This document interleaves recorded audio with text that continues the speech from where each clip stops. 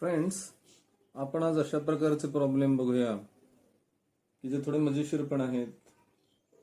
समजा एसटी रिकामी आहे, 50 सीट्स आहेत एसटीला आणि तुम्ही पहिल्यांदा एसटीत चढलात तर तुम्ही 50 पैकी कोणत्याही एका सीटवर बसू शकता. बरोबर? तुम्ही एसटीत चढलात, एका सीटवर बसलात की नंतर जो पॅसेंजर येईल त्याच्यासाठी एक सीट कमी अवेलेबल असेल. Only 49 seats will be available for that person. मग टोटल तुम्ही दोघे मिळून किती पद्धतीनं एसटीच्या सीट ऑक्युपाय करू शकता? First person, total number of seats available is 50. He occupies the seats, one seat. How many ways?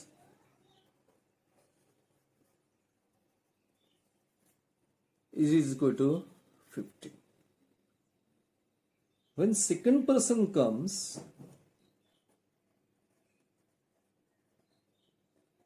enters the bus,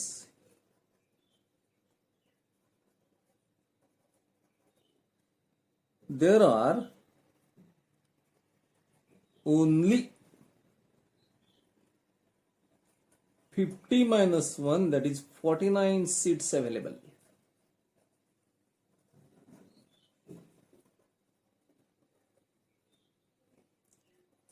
He can occupy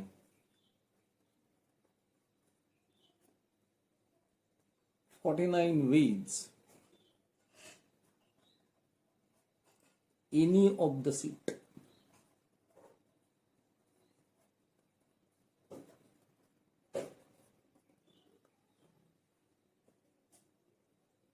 So in how many ways the both persons can occupy the seat?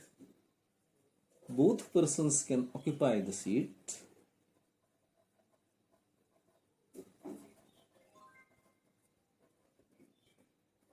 The seats in 50 into 49 ways. Whatever this number comes out to be, it will be equal to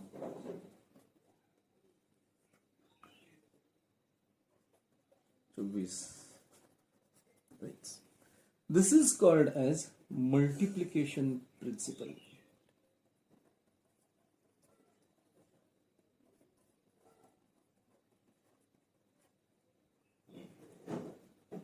This is fundamental principle of counting. How we count, this principle, multiplication principle, plays important role. Here I have used the principle, see this multiplication sign. So if one thing can be done in n ways and another thing, the second thing, can be done in n ways, we have done this thing first, then we proceed to do this thing. So both things can be done.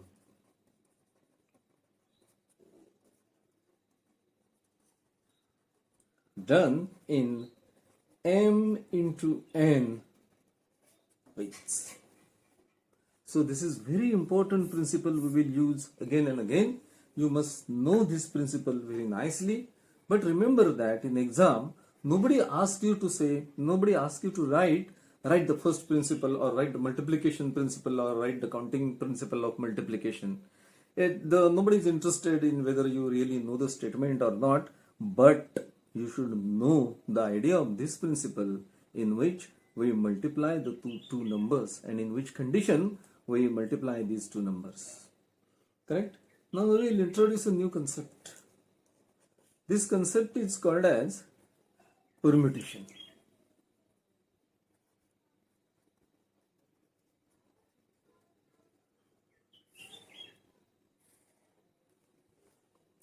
Permutation, generally this is shown by the letter P. Before we go for the meaning of permutation, mathematical formula, we are interested in understanding a notation factorial हे उद्गारवाचक चिन्हासारखं काढतात. जसं आपल्याकडे plus आहे, minus आहे, multiplication आहे, divided आहे, याला काही मिनिंग आहे. तसंच या चिन्हाला सुद्धा काही मिनिंग आहे. आणि ते कसं वापरायचं, तर इथे एक नंबर आहे 5 आणि त्याच्या पुढे मी ज्यावेळी हे चिन्ह काढतो असं मी ते वाचताना 5 फॅक्टोरियल वाचतो किंवा फॅक्टोरियल 5 म्हटलं तरी चालतं. याचा अर्थ असा आहे की 5चा गुणाकार 1 पर्यंत म्हणजे 5 गुणिले 4 गुणिले 3 गुणिले 2 गुणिले 1 म्हणजे जिथे कुठे फॅक्टोरियल मिळेल तुम्हाला तिथे शेवटी तुम्हाला गुणिले 1 पर्यंत तुम्ही जाणारच. 3 फॅक्टोरियल म्हणजे काय येईल? 3 फॅक्टोरियल म्हणजे 3 गुणिले 2 गुणिले 1. याचं उत्तर किती येतं? 5 चोक 20 त्रिक 6 दुणा 12 120. याचं उत्तर किती येईल? 3 दुणे 6 गुणिले 1 बरोबर 6. आता इथे बघा 5 फॅक्टोरियल मध्ये या गोष्टी तुम्हाला कॉमन मिळत आहेत बरोबर. मग तुम्ही 5 फॅक्टोरियल हे असे लिहू शकता 5 गुणिले 4 गुणिले ह्या 3 गुणिले 2 गुणिले 1 ऐवजी तुम्ही काय लिहू शकता 3 फॅक्टोरियल बरोबर. 4 फॅक्टोरियल काय असेल? 4 फॅक्टोरियल म्हणजे 4चा गुणाकार 1 पर्यंत. 4 गुणिले 3 गुणिले 2 गुणिले 1 म्हणजे किती झाले? 1 गुणिले 2 त्रिक 6 चोक 24. मग तुम्ही ह्या 4 फॅक्टोरियलचा वापर इथे 3 फॅक्टोरियलचा वापर करून लिहू शकता. You can write 4 factorial is equal to 4 into 3 factorial. काही प्रॅक्टिस प्रॉब्लेम करूया आपण. Solve 5 factorial divided by 3 factorial. How will you do this? I will write this as 5 factorial म्हणजे काय येतं आपल्याकडे 5 into 4 into 3 into 2 into 1. This is divided by 3 factorial means 3 into 2 into 1. आता ही division हे आणि हे कॅन्सल झालं. आपल्याकडे शिल्लक काय उरलं? 20. आता हे करा बघूया 6 factorial divided by 3 factorial into 4 factorial. हा जो डिनॉमिनेटर आहे रेषेच्या खाली जे असतं त्याला डिनॉमिनेटर म्हणायचं. डिनॉमिनेटरला काय आहे 3 factorial into 4 factorial. So this I will solve like this.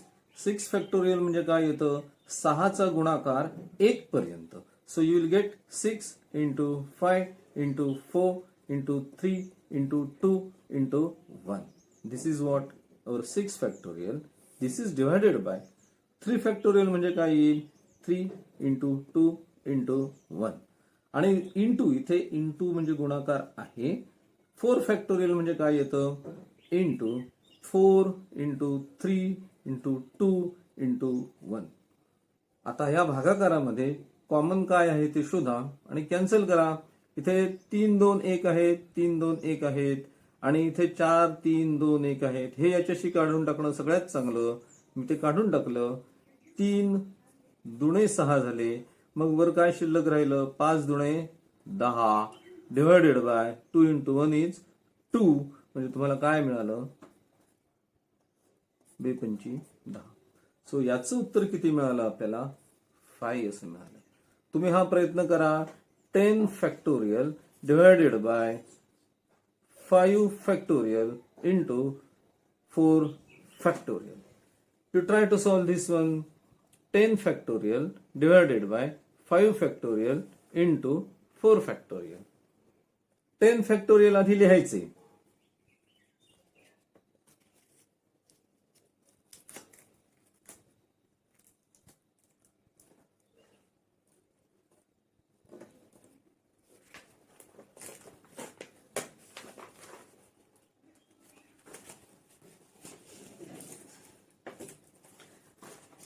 Ten factorial divided by 5 factorial into 4 factorial. 10 factorial divided by 5 factorial into 4 factorial. Same definition. Factorial म्हणजे काय? या संख्येचा 1 येईपर्यंत गुणाकार. 10 गुणिले 9 गुणिले 8 गुणिले 7 गुणिले 6 गुणिले 5 गुणिले 4 गुणिले 3 गुणिले 2 गुणिले 1 म्हणजे कोण झाले? 10 factorial. This is to be divided by 5 factorial म्हणजे काय येईल? 5 into 4 into 3 into 2 into 1 into 4 factorial means 4 into 3 into 2 into 1. तुम्ही डायरेक्टही असं करू शकता. या 5 फॅक्टोरियल साठी असं लिहू शकता तुम्ही की 10 गुणिले 9 गुणिले 8 गुणिले 7 गुणिले 6 गुणिले 5 फॅक्टोरियल आणि खाली पण 5 फॅक्टोरियल आहेतच ना. 5 फॅक्टोरियल गुणिले 4 फॅक्टोरियल म्हणजे आपल्याला माहित आहे 4 त्रिक 12 दोणा 24 म्हणजे this cancels with this 6 into 4 and this 4 into 2. So what is left? 10 into 9 into 2 into 7 whatever it is.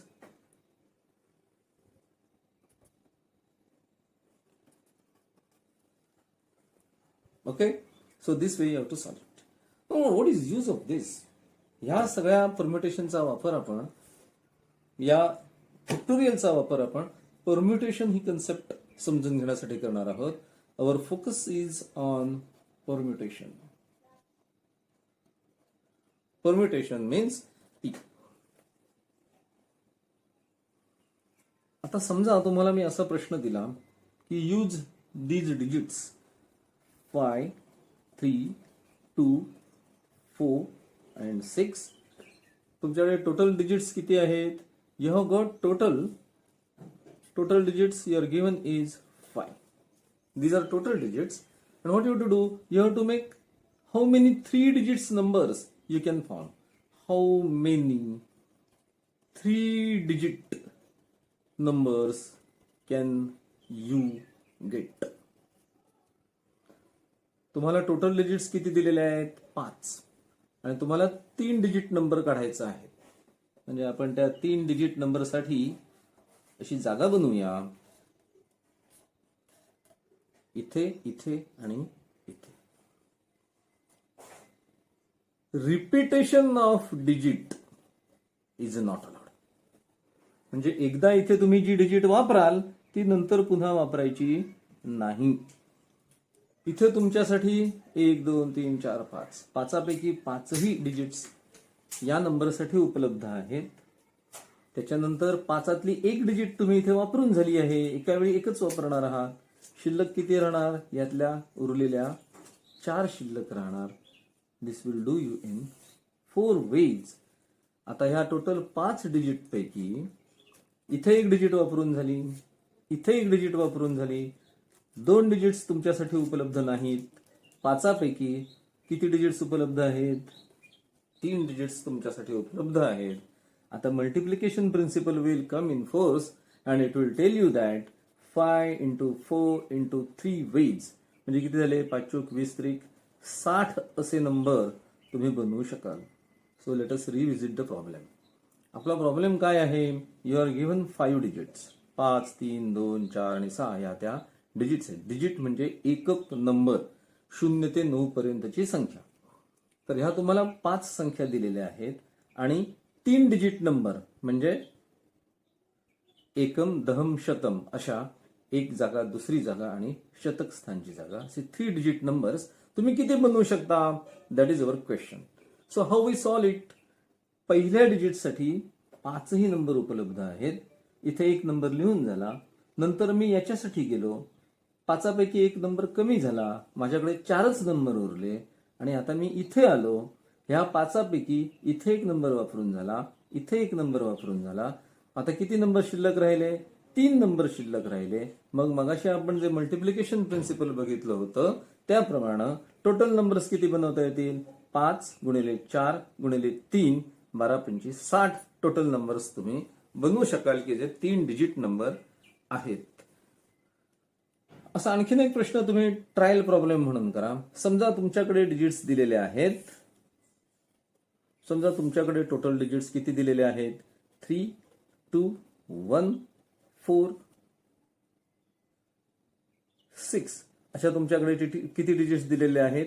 5 digits दिलेले आहेत आणि तुम्हाला मी 2 डिजिट नंबर फॉर्म करायला सांगितलेले आहेत. 2 डिजिट नंबर्स. तर असे how many numbers will you form? काय केलेलं आहे प्रश्न समजून घ्या. तुम्हाला 3, 2, 1, 4 आणि 6 अशा 5 डिजिट्स दिलेले आहेत आणि you are suppose to form 2 digit numbers.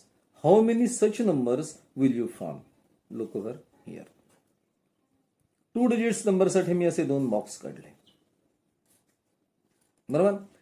मी इथे आलो, माझ्याकडे किती नंबर्स अवेलेबल आहेत? 3, 2, 1, 4, 6 सगळेच माझ्यासाठी अवेलेबल आहेत.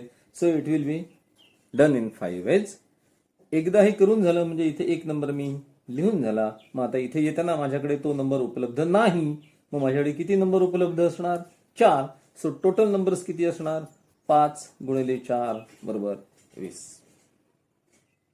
Okay. Now suppose you are allowed to repeat the number. इथे तुम्ही 2 वापरलात आणि इथेही 2 वापरलात, म्हणजे अशा प्रकारचे नंबर अलाउड आहेत. असं जर का मी तुम्हाला दिलं, हे नंबर आता अलाउड नव्हते पण हे समजा नंबर मी अलाउड केले, तर ह्याचं उत्तर तुम्ही कसं काढाल? इथे जसे 5 नंबर अवेलेबल आहेत, repetition is not prevented, so all these 5 numbers are available to write in this place also. So total numbers made will be 5 into 5 is equal to 25. 5 numbers जास्त बनतात की नाही? हे 20 होते, इथे हे 5 नंबर तुम्हाला जास्त मिळतात. So this is the way you are solving the problem. आता हे सगळं फॉर्म्युलाबद्ध केलेलं आहे, याचं ऍप्लिकेशन थोडं वाईड केलेलं आहे. हे जरा अधिक मोठ्या दर्जाचे प्रॉब्लेम सुटावेत म्हणून आम्ही एक फॉर्म्युला बनवलेला आहे. तो फॉर्म्युला आम्हाला असं सांगतो की समजा तुमच्याकडे n एवढ्या वस्तू दिलेल्या आहेत आणि तुम्ही त्यातल्या r एवढ्या वस्तू एका लाईनीत उभ्या करता आहात. It means out of n things, r things are to be arranged in a line. लक्षात घ्या की एका लाईनीत अरेंज करणं, हे नंबर सुद्धा आपण जे अरेंज केले ना ते एका लाईनीत अरेंज केलेले होते. फोटो काढण्यासाठी माणसं आपण लाईनीत उभी करतो, ध्वजवंदनासाठी लाईन करतो, ती सगळी मुलं एकेका विशिष्ट लाईनीत उभी असतात. ज्यावेळी तुम्ही अशा एका विशिष्ट लाईन मध्ये उभं करत असणार, या n पैकी r मुलं ही लाईनीत उभं करत असणार, तर हे तुम्ही किती पद्धतीनं करू शकता हा आपला प्रश्न आहे. बरोबर. So NPR, n permutation r. एक गोष्ट लक्षात घ्या, n पैकी r म्हणजे r हा नेहमी smaller or equal to n असणार. हे सगळ्यात महत्वाचं आहे. n is greater than or equal to r. So what is formula for NPR? This is given by n factorial divided by n minus r factorial. हे एकदम सोपं आहे. बघा 3p2, 3 म्हणजे कोण झाले? n झाले. कसं येईल? 3 फॅक्टोरियल डिवायडेड बाय, हा तुमचा n झाला, हा तुमचा r झाला. डिनॉमिनेटरला काय येईल? 3 वजा 2 चा फॅक्टोरियल. हे तुम्ही पुढे कसं कराल? 3 फॅक्टोरियल भागिले 3 वजा 2 म्हणजे किती येतात? 1 फॅक्टोरियल. 1 फॅक्टोरियलची किंमत किती येते? 1 गुणिले 1. सो 3 फॅक्टोरियल भागिले 1, आणि 3 फॅक्टोरियल म्हणजे किती येतं? 3 गुणिले 2 गुणिले 1 बरोबर 6. जाता जाता तुम्हाला आणखीन एक गोष्ट सांगतो, 0 फॅक्टोरियलची किंमत 1 आहे, 0 नव्हे. म्हणून 0 फॅक्टोरियल आला तर don't get scared. 0 factorial answer is 1. So if you get 3 minus 3 factorial, so what it is? It is 0 factorial आणि त्याचा व्हॅल्यू आपण 1 असा घ्यायचा आहे. आपण आणखी 1-2 प्रश्न बघूया.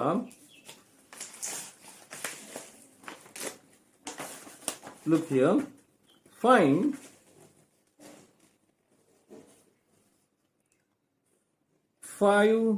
p3. हे कसं कराल तुम्ही?